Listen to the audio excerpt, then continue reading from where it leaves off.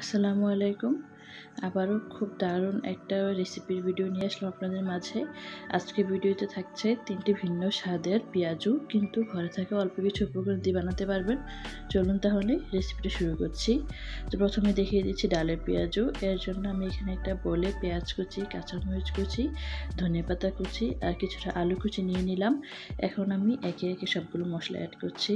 আদা রসুন বাটা, লবণ, হলুদের গুঁড়ো, মরিচের গুঁড়ো এবং জিরার গুঁড়ো এবং সবশেষে দিচ্ছি যে কোনো একটা টালা গরম মশলা গুঁড়ি। আপনার ঘরে থাকা যে কোনো গরম মশলা গুঁড়ি এখানে অ্যাড করতে পারবেন, কিংবা চাট মশলাও অ্যাড করতে পারবেন।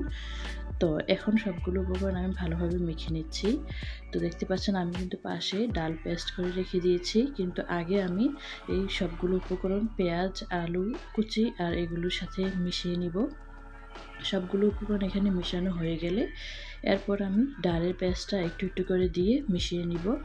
বলতে পারেন যে ডাল দিয়ে একসাথে মিশিয়ে নিলে তো একই কথা কিন্তু না।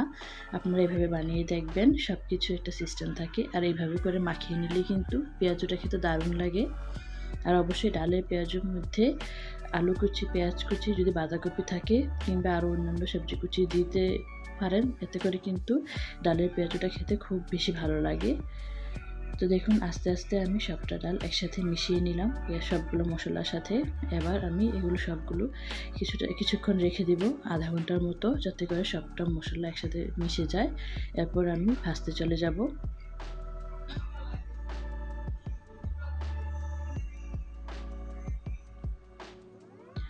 তো দেখতে পাচ্ছেন কড়াই তেল বসিয়ে দিলাম, তেলটা গরম হয়ে আসছে, আমি চেক করে নিয়েছি এটা পেঁয়াজু দিয়ে।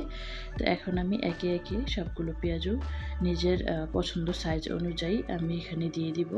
আপনারা চাইলে ছোটো বড়ো করতে পারেন, কিন্তু আমি একটু বড় বড় করে বানাচ্ছি। তো আপনারা চাইলে আরও ছোটো করে বানাতে পারেন, এটা আপনাদের পছন্দ। তো আমি এটা হালকা বাদামি কালার হলেই, যেগুলো আগে দিয়েছি ওইগুলো দেখে দেখে আগে আগে তুলে নিচ্ছি, কারণ না হলে বেশি কালার হয়ে যাবে, তখন আমার খেতে ভালো লাগে না। খুব বেশি খয়েরি করে কিন্তু ভাজতে যাবেন না, কিছুটা লালচে অবস্থায় কিন্তু তুলে ফেলবেন। এতে করে কিন্তু পেঁয়াজগুলো খেতে খুব বেশি ভালো লাগে। আমার এখানে লাইটিংয়ের কারণে একটু অন্যরকম দেখা গেল, আসলে কিন্তু এই কালারটাই পেঁয়াজের জন্য পারফেক্ট। তো এখন আমি চলে যাচ্ছি সেকেন্ড রেসিপিতে, সেটা হচ্ছে আলুর পেঁয়াজু। তো আলুর পেঁয়াজু বানানোর জন্য সেমভাবে আমি একটা বোল নিয়ে নিলাম, আর এখানে নিয়ে নিচ্ছি একটু বেশি পরিমাণে আলু কুচি, কারণ হচ্ছে যে ইনগ্রিডিয়েন্টটা মেন ওইটাই কিন্তু বেশি নিতে হবে। তো এখানে দেখতে পাচ্ছেন আলুগুলো আমি কীভাবে কেটে নিয়েছি। আলুগুলো কিন্তু আমি গ্রেটার দিয়ে গ্রেট করে নিয়েছি একটু লম্বা লম্বা করে। এগুলো কিন্তু খুব বেশি গ্রেটার দিয়ে করতে যাবেন না। আর আলুগুলো ধুয়ে আমি অনেকক্ষণ একটা ঝাঁকিতে করে রেখে দিয়েছিলাম, যাতে করে পানিটা সরে যায়। আর এখানে দিয়ে দিচ্ছি কিছু আস্ত মুসুরির ডাল। এতে করে কিন্তু পেঁয়াজটা খুব বেশি ভালো লাগে। পেঁয়াজের একটু ভিন্নতা আনতে কিন্তু আস্ত ডাল দেওয়ার চেষ্টা করবেন। মুসুরির ডাল কিংবা খেসারির ডাল, যে কোনো এক ধরনের ডাল দিলেই হলো। তো কিছুটা বেসন দিয়ে দিলাম, এরপর দিয়ে দিচ্ছি লবণ, হলুদের গুঁড়ো, মরিচের গুঁড়ো, মানে পেঁয়াজু বানাতে যা যা মশলা লাগে আর কি, জিরার গুঁড়ো আর টালা গরম মশলা গুঁড়ো। তো এখানে আমি সবগুলো মশলা আস্তে আস্তে অ্যাড করে দিলাম। এখন দিয়ে দেবো কাঁচামরিচ কুচি। তো ঝালটা আপনারা আপনাদের পছন্দ অনুযায়ী অবশ্যই অ্যাড করবেন। পরিমাণগুলো আমি বললাম না, কারণ এক একজনের বাসায় এক এক রকম করে বানায়। তো আপনারা পরিমাণগুলো নিজেরা বুঝে নেবেন। তো এখানে ধনিয়া কুচি দিয়ে দিলাম, দেখতে পাচ্ছেন। তো সবশেষে দিয়ে দিচ্ছি পেঁয়াজ কুচি। এখন আমি সবগুলো উপকরণ একসাথে ভালোভাবে মিশিয়ে নিব। তো যেহেতু এটা আলু, এটাকে একটু ভালোভাবেই মাখাতে হবে, না হলে কিন্তু এটা সফট হবে না। দেখতে পাচ্ছেন আলুগুলো কিন্তু একদম শুকনো ঝরঝরে, যেহেতু আমি এগুলো ধুয়ে অনেকক্ষণ আগেই তুলে রেখে দিয়েছিলাম যেন পানিটা সরে যায়। তো এখন আমি এগুলোকে খুব হাতে চাপ দিয়ে মাখিয়ে নেব।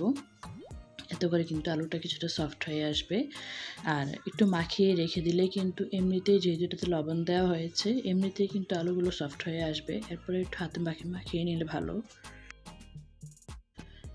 ভালোভাবে মাখানো হয়ে গেলে এটাকে আমি এভাবেই রেখে দেবো রেস্টে 1 ঘন্টার জন্য। অবশ্যই আধা ঘন্টা থেকে 1 ঘন্টা রাখার চেষ্টা করবেন, এতে করে কিন্তু এটা অনেকটা সফট হয়ে যাবে। দেখতে পাচ্ছেন 1 ঘন্টা পরে এটা কিন্তু অনেক সফট হয়ে গেছে, একদম আলুগুলো কিন্তু নেতেই গেছে। এখন কিন্তু এটা ভাজতে একদম প্রবলেম হবে না। তো আমি পেঁয়াজগুলো ভাজতে চলে যাচ্ছি। কড়াই তেল বসিয়ে দিলাম, তেলটা গরম হয়ে আসলে এখন আমি সবগুলো আলুর পেঁয়াজও কিন্তু এখানে ভেজে নিব। আর আলুর পেঁয়াজগুলো ভাজতে কিন্তু খুব বেশি করবেন না। পেঁয়াজও আমরা যেভাবে দেই, যে হাতে মুঠো মুঠো করে দেই, ওরকমভাবে দিবেন না, পাকোড়ার মতো করে দিবেন। এত করে কিন্তু এই পেঁয়াজটা খেতে খুব বেশি ভালো লাগে। যেমন সাইড থেকে নুডলসের মতো লাচ্ছা পেঁয়াজের মতো বের হয়ে থাকে আলুগুলো, এত করে কিন্তু খুব বেশি ক্রিস্পি লাগে খেতে আর ভালো লাগে। আর একদম পেঁয়াজের মতো বল করতে গেলে কিন্তু এই পেঁয়াজের অরিজিনাল টেস্টটা আপনি পাবেন না। একটু ছাড়া ছাড়াভাবে দেওয়ার চেষ্টা করবেন। আর যদি আপনার মনে হয় যে একটু পানি উঠে আসছে কিংবা হচ্ছে না, তাহলে শেষের দিকে আরেকটু 1-2 চামচ বেসন আবার অ্যাড করে নেবেন। এতে করে আপনার পেঁয়াজটা খুব সুন্দরভাবেই হবে। দেখতে পাচ্ছেন আমার পেঁয়াজগুলো কিন্তু হয়ে গেছে, আমি তুলে নিচ্ছি। লাইটিংয়ের কারণে এখানে কালারগুলো একটু অন্যরকম আসছে, কিন্তু পরে যখন প্লেটে দেখাবো তখন বুঝতে পারবেন যে আসলে কিন্তু কালারগুলো অনেক সুন্দর হয়েছে।